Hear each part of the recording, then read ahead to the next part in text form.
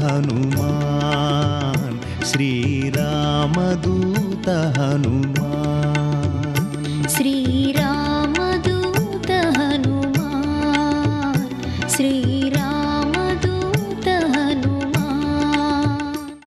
ఏ ఋతువు రానివ్వండి, ఆ ఋతువులో ఏ చెట్టు పుయ్యాలో ఏ చెట్టు కాయాలో పండాలో అది విరగకాసి పండి ఉందనుకోండి, ఎంత అందంగా ఉంటుంది ఇంట్లో.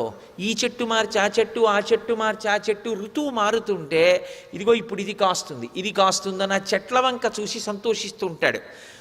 లంకాపట్టణానికి ఉన్నటువంటి అందం ఏమిటంటే సంతతాన్ వివిధై వృక్షై సర్వర్తు ఫలపుష్పితై. సమస్త ఋతువులలో కూడా ఏ ఏ పువ్వులు ఏ ఏ కాయలు కాస్తాయో ఆ చెట్లన్నీ కూడా గుంపులు గుంపులుగా వనాలుగా పెంచబడ్డాయి. అవి సర్వర్తు ఫలపుష్పితై ఉద్యానాని చ రమ్యాణి, అత్యంత రమ్యమైనటువంటి ఉద్యానవనాలు. అందుకే మహర్షి ఒక చోట సుందరకాండ గురించి వర్ణన చేసిన విధానాన్ని దృష్టిలో పెట్టుకుని అంటారు, సుందరే సుందరో రామ సుందరే సుందరీ కథ సుందరే సుందరీ సీత సుందరే సుందరం వనం సుందరే సుందరం మంత్రం సుందరే సుందరం కపి సుందరే సుందరం కావ్యం సుందరే కిమ్న సుందరం.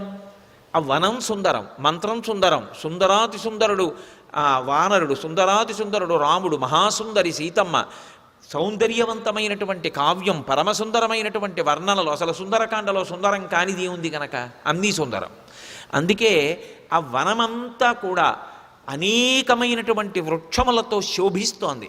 ఎప్పుడైతే అన్ని రకాలైనటువంటి పిందెలు, కాయలు, చిగుర్లు, పువ్వులు ఉన్నాయో దాని మీద వివిధమైనటువంటి పక్షులు వాలతాయి.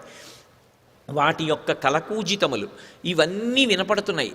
ఎంత సంతోషంగా, మనసు ఎంత ప్రసన్నంగా, ఎంత ఆనందం పొందే విధంగా ఉంటుంది.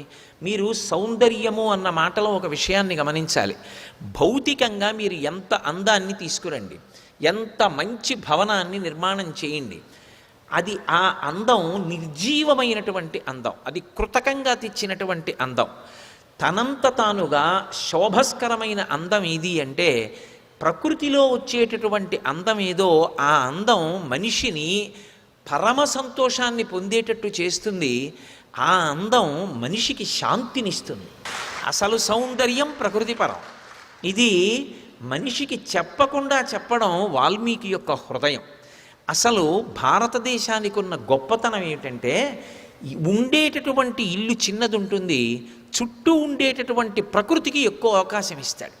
ఎందుచేతంటే ప్రకృతి చేత రెండు రకాలుగా పోషింపబడతాడు.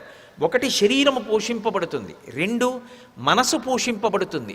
అంతవరకే అనుకోకండి.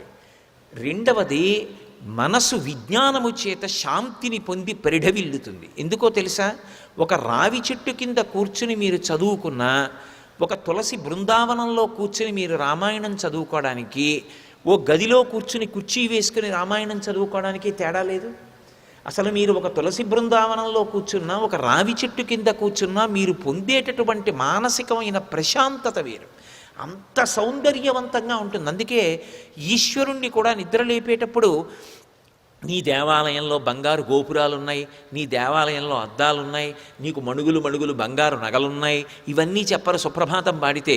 భృంగావళీచ మకరంద సరసాను విద్ద జంగా రగీతని నదై సహసైవనాయ నిర్యాప్త్యుపాంత సరసీ కమలోదరేభ్య శ్రీవేంకటాచలపతే తవ సుప్రభాతం అని తెల్లవారింది. చిలుకలు లేచాయి, పాటలు పాడుతున్నాయి, ఆ పళ్ళు కొరికాయి, అందులో ఉన్న రసం తాగుతున్నాయి. నీకు వినపడలేదా వెంకటేశ్వర? నిద్రలే అంటారు. సర్వం శ్రీ ఉమామహేశ్వర పరబ్రహ్మార్పణమస్తు. స్వస్తి.